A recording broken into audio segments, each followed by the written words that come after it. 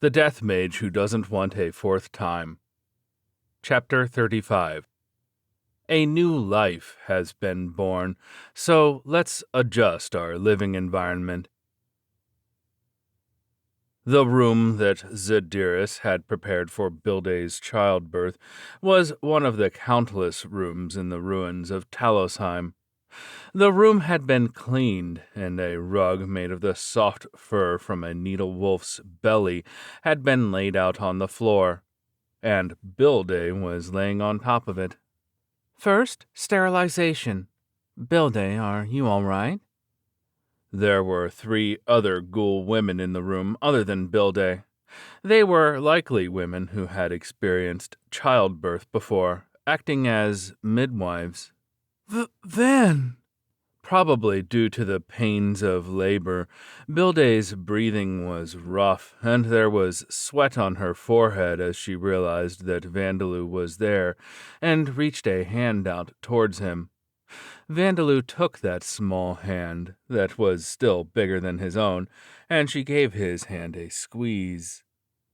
I'm going to try my best and give birth to a healthy baby, okay? What was a man supposed to say in response to this?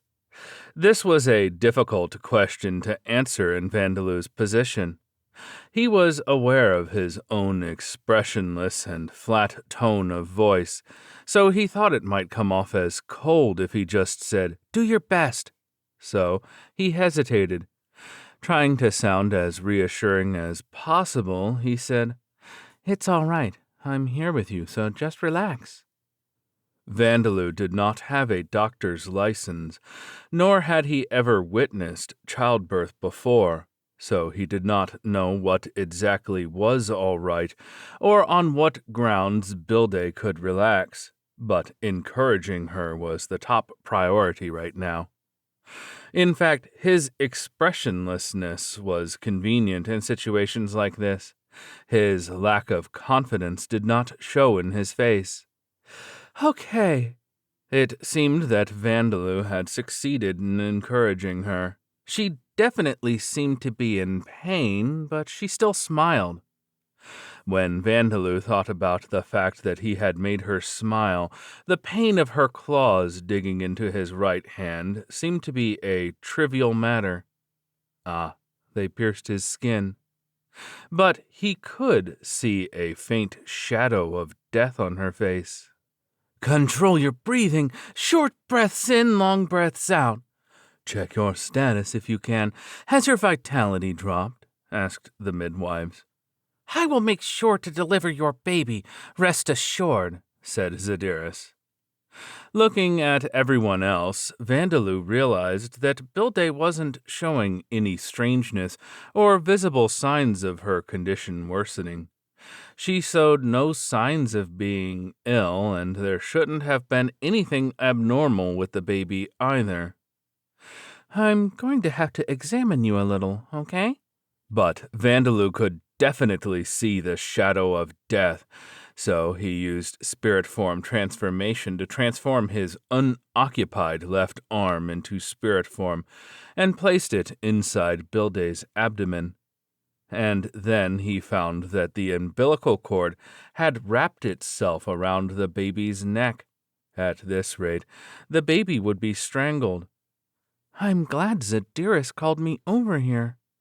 Thinking this, he loosened the umbilical cord from around the baby's neck, though it would have been easier to do it with his right hand. How is everything, boy? It's fine. I've resolved it. The bones of Vandaloo's right hand were creaking, and Bilday's claws had dug into it so that her paralyzing venom was entering, but there was now no problem with the mother or child. All right, the rest is up to your effort, Bilday, said Zediris. After that, just as Zediris said, the childbirth continued with Bilday's efforts, while Vandaloo offered her encouragement while having his right hand squeezed. It took 6 hours for the child to be born, and Vandaloo learned just how great the mothers of the world were. A gray-brown baby with a wrinkled face. She was the first new ghoul born into the ghoul community in a long time. Look, it's a girl. I can't give your whole name to her, Vandaloo, but is it all right if I borrow half of it? Bilde was holding her child, looking visibly exhausted, but incredibly happy. Vandaloo was fine with it, but would the child's real father not mind? Bilde looked so happy that Vandaloo was hesitant to ask.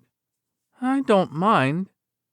And so this was the reply he gave.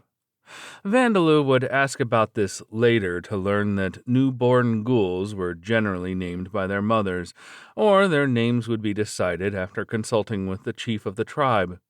Since Bilde was the mother, nobody would say anything about her decision to give her child half of Vandaloo's name. Will you hold her? With pleasure. Now he took the peacefully sleeping baby with both arms.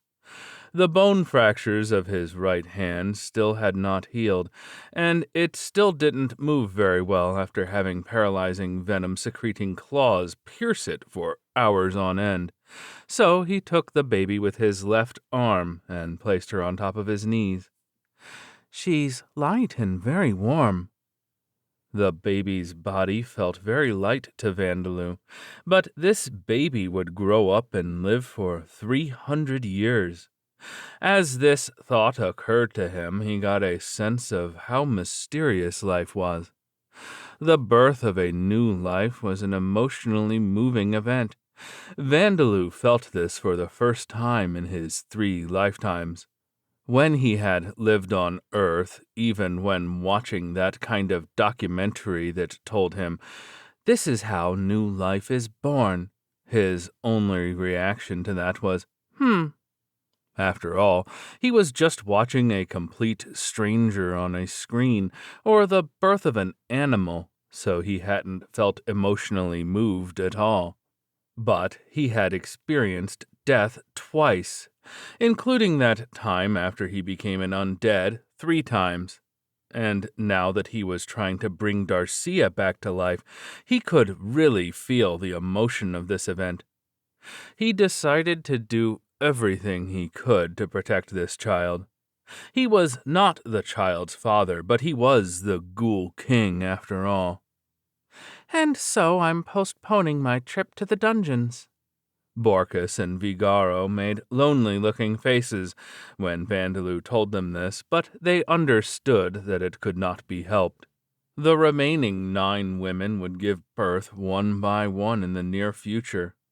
If an unexpected situation arose while Vandaloo was in the Devil's Nest or dungeon, he would not be able to deal with it. "It's been so long since I've heard a crying baby," said Vigaro. "You can take your time to calm down first, but make sure you show the baby to us as well," said Borkus. "For new life to be born in these ruins that were merely waiting to turn into dust, this is truly a happy event," said Nuaza. "How great! Now we can have some drinks," said one Titan. "If there's any alcohol to be had." "There is, though not very tasty," said another Titan. For Vigaro and the other ghouls who had been troubled by their problem of low fertility, it was clearly a happy event. But even Borkus and the other undead titans were truly, genuinely happy to see the birth of this baby. Incidentally, one might have questioned whether it would be hygienic to allow the baby near the undead, but it wasn't a problem. Vandaloo had already cast the sterilization, bug killer, deodorization, and preservation spells on all of the undead titans. Once a drain system was established, Talosheim would become a fortress city, as hygienic as any city of the Amid Empire. There were relatively few people living in the city considering its size, so it would never lose the feeling of being a ghost town, however. I also want to strengthen Talosheim's defenses and use alchemy to make the magic item that will increase the ghoul's fertility. I'll leave the adventurers and training for between those. Those dedicated to the path of being a warrior or mage might have scolded him for his lack of dedication, but nobody here scolded Vandaloo.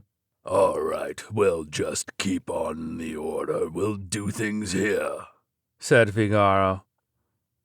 This is perfect. Nobody's gone into the dungeons for 200 years, so who knows what they'll be like inside.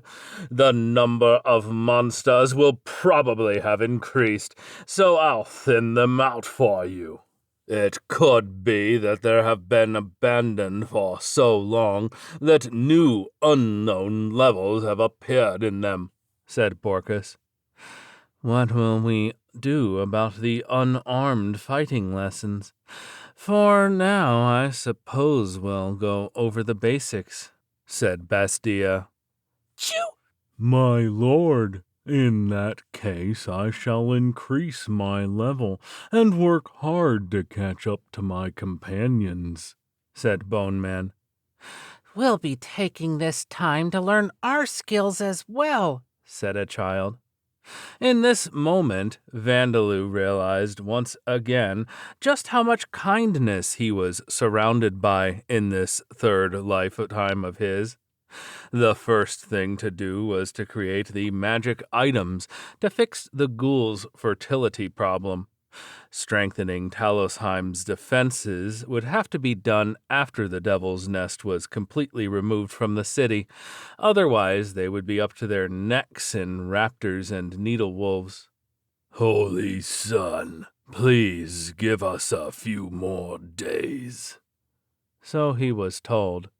It seemed that the problem was indeed the number of monsters, not their strength. Though the needle wolves were not problematic, the raptors were intelligent enough to run away if they knew they could not win a fight. So exterminating them was likely very difficult. I am thinking of making two kinds of magic items. One to make the sperm and egg cells survive longer, and the other to prevent fetuses from dying before they reach a certain size, if I recall. Creating magic items with both functions would be difficult after all, said Zadiris.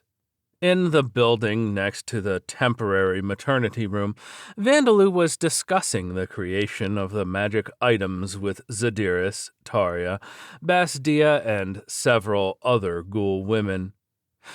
Regarding that, I'm thinking of making the magic item that makes the sperm and egg cells survive longer, something that is easy to put on and take off. Indeed. If it were something that stayed on permanently, we would produce children endlessly, said Taria. You're right. It'll be hard for everyone's habits to suddenly change, said Bastia. Up until now, ghouls had experienced difficulties in getting pregnant, and even if they did, most of their children were not born successfully. Because of this, they had no marriage system, and it was natural for their society to do their utmost to try and create children. Even after Bilday and the others became pregnant, they had not shown any signs of holding back. Even if Vandaloo were to create the magic items, they would not suddenly say, "All right, let's do proper family planning from now on." There were no convenient contraceptive devices or pills like on Earth, so that would make this only more difficult. Well, there wouldn't be problems in having a large number of children for a while. In fact, it would be a good thing. Talosheim still had plenty of space, and there was a near-endless supply of food.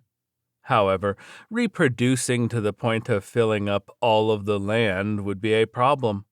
Unlike Braga and the other monster children, ghouls did not age to maturity in the span of a single year. There will definitely be problems. Having one child is already a handful, but having 2 or 3 children at once? Said Taria. And there will be many who are raising a child for the first time, including Bilde," commented Zadyrus. There were no nurseries like on Earth, nor were there books, television programs, or the internet to refer to in order to learn how to raise a child. As Tarja and Zadyrus had experienced raising children before, they were concerned that there would be mothers who would suffer from maternity-related anxiety. Well, that didn't necessarily mean that having only one child would prevent maternity-related anxiety, however. "So then, I think it would be best to explain about contraception while I make the magic items." You're right. Unlike humans, our lifespans are long. It's good for us to have many children, but we should be fine having a child every 5 or 10 years, said Bastia. For humans, especially those living in farming communities, there would be circumstances where they couldn't have the luxury of spacing out their children because it was a lot of work to raise them, and they probably didn't understand the concept of family planning either. Because medical technology was not well developed, there would be a strong notion that they should have as many children as possible while they were still young and healthy. But as Bastia said, ghouls had long lifespans, so it would be easy to convince the ghouls to adopt this policy. Humans would have opposed this strongly, however. But can the men hold themselves back? I think once every 5 or 10 years is impossible, said Bastia. "That is why it will be an accessory that can be put on and taken off. It can be put on only when wishing to have children," said Tarja. It would be a reverse contraception device. So what kind of accessory will you make it? "Right now, I'm thinking of making it a pendant or a band that goes around the thigh." The shape and part of the body that the magic item would be worn on was very important.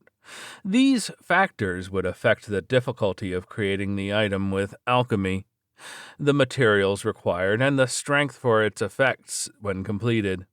For example, if there were a magic item that allowed one to walk on air as if it were ground, would it not be likely that most people would expect such a magic item to be a pair of shoes? At the very least, nobody would think it to be a pair of glasses. In contrast, if there were a magic item that allowed one to see through objects while it was worn, most people would expect it to be a pair of glasses, not shoes. In this way, certain shapes and where the magic item would be worn would make it easier to create the item and produce a stronger effect, depending on what kind of effect was desired. Something that granted physical strength would be a ring or armlet. Something that granted some kind of vision would be glasses or alternatively a circlet. Something that let one run at high speeds would be shoes or an anklet. Of course, magic items such as socks that allowed one to see in the dark apparently existed, but creating such items would require a high level in the alchemy skill and expensive materials. At present, there were more alchemy materials available than food. The reason for this was anything that they obtained from hunting monsters they had to use themselves. There was no adventurers' guild to take magic stones to, so Braga and the other monster children had been playing with them like marbles. However, Vandaloo, the only one who could create a death attribute magic item, had a skill level of 1 in alchemy. Creating a band that went around the thigh close to the abdomen, or a pendant that would hang similarly close, was the limit of his ability. He also had the option of making it a belt, but the ghouls didn't have a culture of wearing belts, so it might have made the use of the magic item unpopular. Vandaloo would find it difficult to create an item that would be worn even closer to the relevant body parts than that. "So, are there any colors or designs that you like?" Vandaloo had included Basdia and the other women in this discussion to ask them this. Since they would be the ones wearing it, it would be best to ask them for preferences in color and shape. Because of its intended function, it would constantly be worn during intercourse after all. Let's see. Everyone likes white, black, gold, and silver, said Bastia. I don't think anyone likes seeing red unless it's in battle, said a ghoul woman. I think everyone likes things that look like wings, also hearts maybe, said another ghoul woman. Basdia and the others offered their opinions on what ghoul women liked. Vandaloo had no confidence in his sense of fashion, so this was greatly helpful. Incidentally, on Lambda the heart was apparently a symbol of the goddess Veda, as expected of the goddess of the life attribute. However, a black heart would be a bad omen, so perhaps silver would be better. For now, we shall try making some, said Tarja. I'm counting on you. The ones actually making the objects would be Tarja and the other ghoul craftswomen. Creating a magic item required the alchemy skill, but that was simply imbuing an object with magic. The object itself was generally made by another craftsman. There were some alchemists that did everything on their own, from gathering materials to creating the items themselves, but that was exceptionally unusual.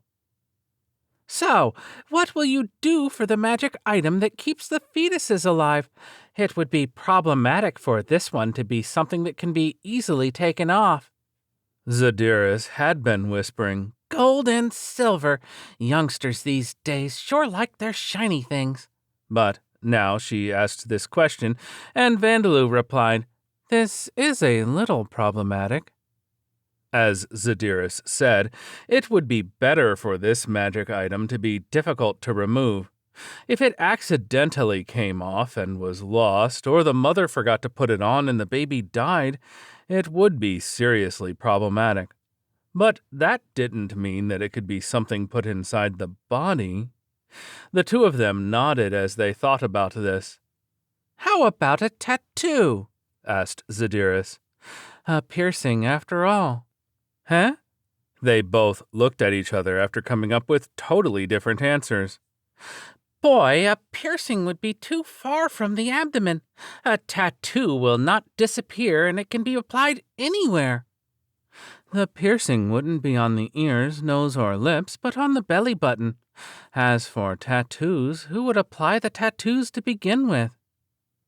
It seemed that ghouls had not come up with the idea of piercing their belly buttons, and Vandaloo hadn't thought of the idea of making a magic item out of a tattoo engraved onto the body.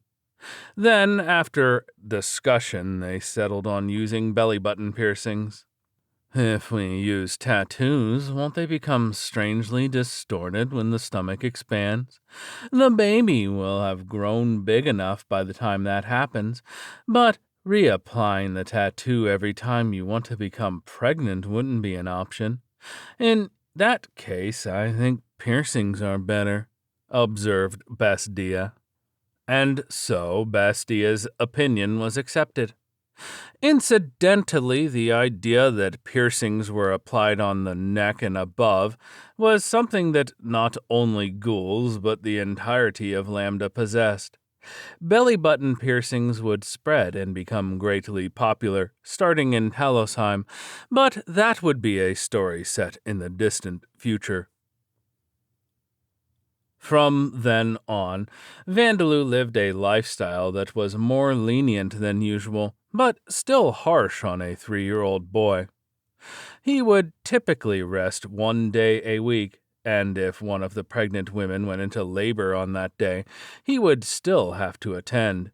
He would take 3 hours rest the next day to compensate. With this as the basic rhythm of his lifestyle, he spent his time continuing to repair and maintain the city of Talosheim. as well as training in unarmed combat while waiting for Tarya and the other craftswomen to create prototypes for the magic items. The repairing and maintenance were simple. Get up, join together, get out. He just needed to use golem transmutation. The pieces of rubble on the ground would grow arms and legs to move, joining together, changing their shape and returning to their original form. Constructing a building from scratch would still be difficult, but fixing one that had crumbled a little was simple. Thanks to the carpentry skill, Vandaloo had a general idea of what he needed to do. In Lambda, apparently the same skill was used to build both pit dwellings for ghouls and stone houses for titans. Not only did Vandaloo repair the buildings, he also used the engineering skill to repair and maintain the roads and sewer system. Talosheim had no waterworks system, but it did have a sewer system. They used a water-purifying magic item to purify used water, while gathering the waste in one spot to ferment and use as manure. Of course, since 200 years had passed, this system was unusable without some work being done on them. Vandaloo turned the ground surface into golems to expose the sewer pipes, turned those pipes into golems as well to repair the cracks and remove any blockages, and applied the anti-degradation spell that he had learned after his skills leveled up, before putting it back into the ground. He supplied mana to the water-purifying magic items. He had Bone Man and the other undead exterminate the unknown sludge-like monsters that had grown in the vats that were used for fermenting waste. With all of these completed, the sewer system finally became usable again. They would have to draw water to use from wells and waterways, but it was very convenient to simply be able to discard any used water. After being alive in Lambda for 3 years, Vandaloo realized just how great the sewer systems of Earth were. He was especially appreciative of this because he had been Japanese. After making everything usable again, he intended to have them maintained automatically by golems. Vandaloo was thoroughly taught the basics of unarmed combat by Bastia. Your physical strength is almost no different to an adult ghoul's, Van. Let's practice as if it were a real battle. He learned numerous patterns as well as how to defend and dodge with his body. Bastia swept his legs, kicked him, threw him around, stomped on him. He was surprisingly overwhelmed one-sidedly. Even though he wasn't using any magic, it made him doubt whether he really had the strength of an adult ghoul. You have an aptitude for this, and you're sensitive to bloodthirst, but your attacks are forced and monotonous, Van. You'll become stronger if you move more quickly and use some feints. Also, you have to always predict your opponent's next movements. Bastia knew that Vandaloo had panicked when scolded harshly, and that he disliked being taught in a spiritual way. So, while she hadn't gone easy on him in the training, she had made sure to speak in a gentle tone while teaching him. And so, Vandaloo was able to take these lessons with composure.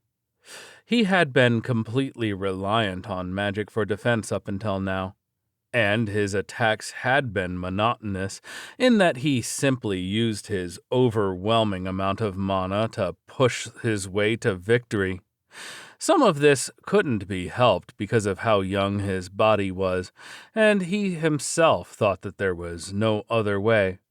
He had never even gotten into a fight as a Japanese person, and after that he had become a laboratory animal in origin who could do nothing but rampage around like a beast. He had been under the impression that unarmed fighting and martial arts were too distant for him to reach. But, thanks to his father in this world, apparently he had surprisingly strong muscles. What's really amazing is how you don't close your eyes. I took 3 months to learn not to close my eyes, even when my face was attacked. But you haven't been closing your eyes right from the beginning, Van. You have incredible talent. Thank you. His forehead and cheeks had been hit, though lightly, so his face was pinker than usual, but Vandalu's eyes had stayed open. Knowing that he could close his eyes and use spirit form transformation, to see his spirit form eyes seemed to influence his instincts and reflexes. The pregnant women would go into labor every few days, and Vandalu attended every single baby's delivery. Things like the umbilical cord wrapping around the baby's neck didn't happen every time. They proceeded normally, that is, with the usual struggles, drama, and emotions that humans experienced, and the babies were born safely.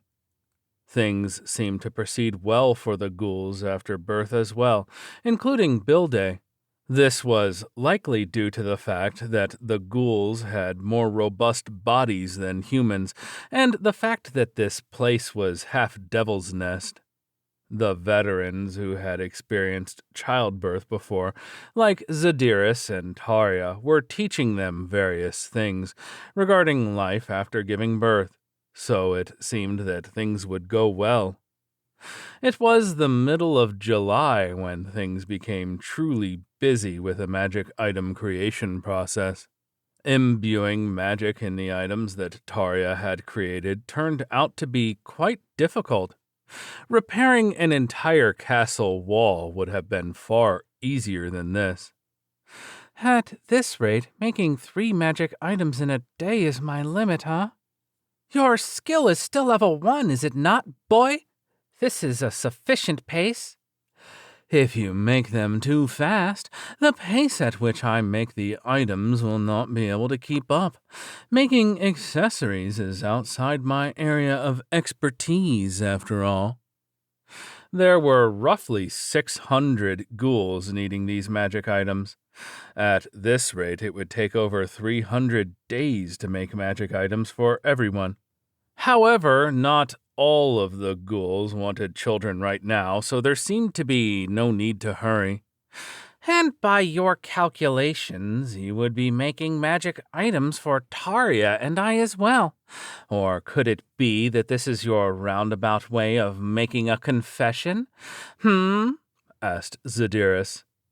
Oh my, I mustn't. Even though I look young, I am over 260 years old. However, if Van-sama wished for it, said Tarya. You shouldn't tease a 3-year-old boy. If you say such things too often, I'll really take you up on your words in a decade or two. The creation of the magic items continued with enjoyable conversations like these, using the powdered organs and magic stones of defeated monsters. The magic stone that Vandalu just crushed. Was it a noble orc's? And Vandalu tried various things in his spare time.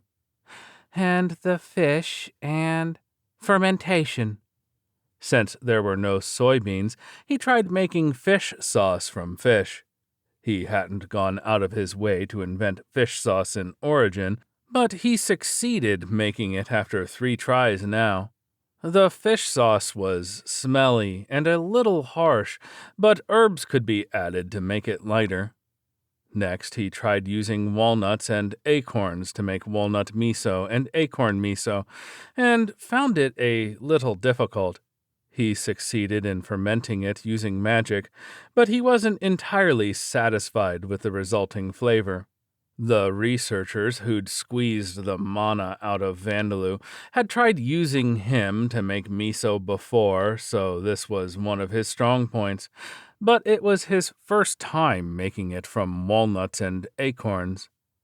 It's not as tasty as it was said to be on Earth, I guess, but it contains the walnut's flavors and the acorn's fragrance, so I suppose this is all right as it is. Vandaloo did not know that walnut miso on Earth did not use salt and walnuts as a substitute for miso, but simply added walnuts to already made miso.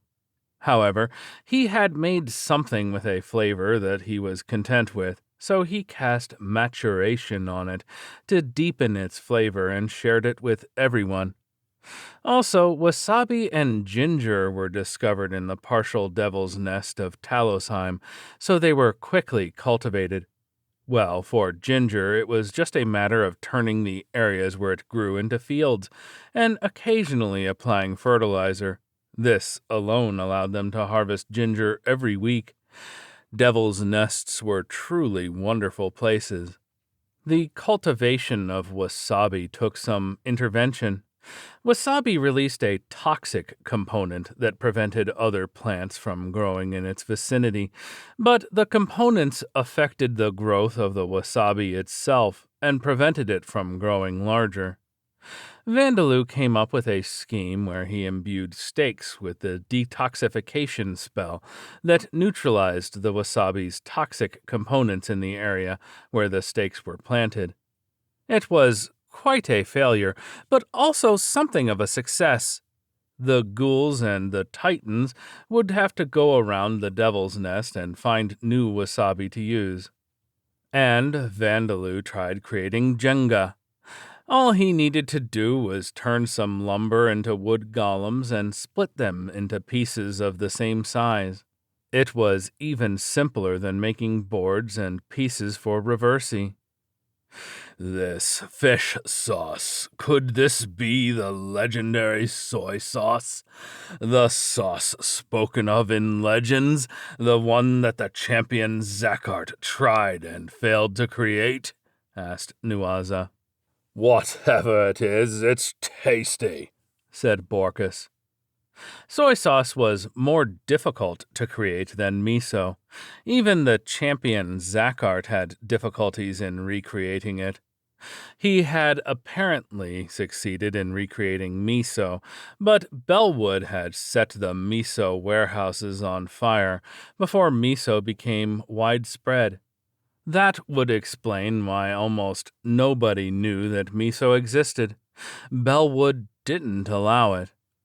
Ginger and wasabi had apparently been used in food from the beginning, but everyone was happy that it was cultivated and could be harvested reliably. And Jenga became a trending thing in Talosheim, just as Reversi had. No carpenters among the Titans had become undead, so the ghouls and undead Titans approached Vandaloo with monster meat and offered him a trade for Jenga pieces. Could it be that I could live a peaceful life just by making flavorings and toys? The trading was primitive, but it seemed that life would become fulfilling for him. The first stage of magic item creation was completed, and around the first time Talosheim had returned to its appearance of being a white fortress city, it was the end of summer in September, when the footsteps of autumn could be heard. Now then, I'll be going into the dungeons starting today. And so, Vandaloo was finally beginning his adventures to earn experience points.